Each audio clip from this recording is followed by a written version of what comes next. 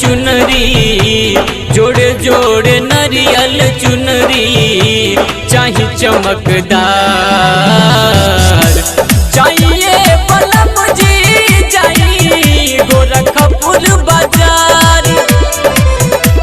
चाहिए बलम जी जाई गोरखपुर बाजार।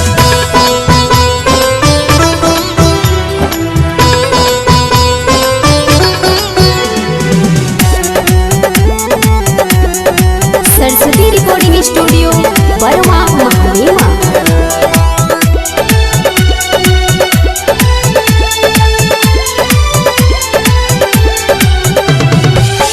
बडरौना से पियरी कलसा कप्तानगंज से।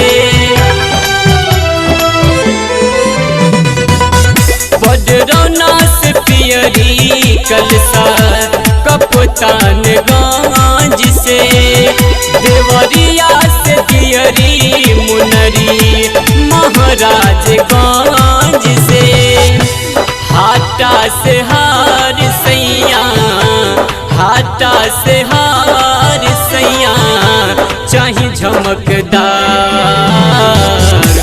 जाइए बलम जी जाई कुशीनगर बाजार। जाइए बलम जी जाई कुशीनगर बाजार।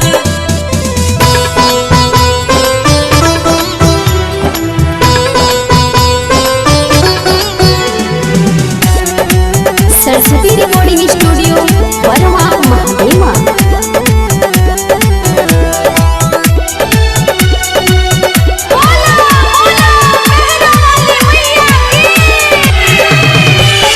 कसिया से कसैली पान परतावल बाजार से।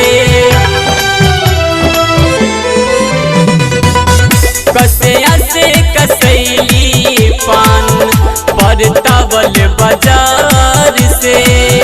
रामकोला से रोड़ी साड़ी सुकरौली बाजार से।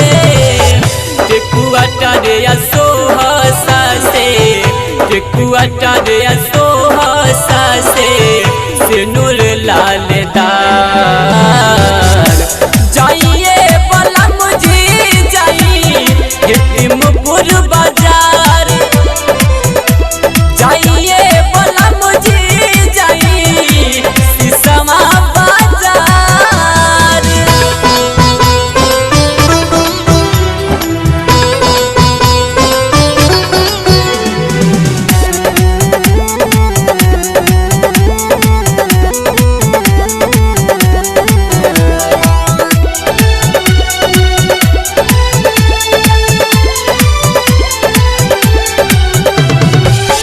मखवली से मेवा फल फाजिल नगर से। मखवली से मेवा फल फाजिल नगर से। देवरुसन दीप परदेसी चले गईले घर से। घुघली के घीव सैया घुघली के घीव सैया चाही निमनदार।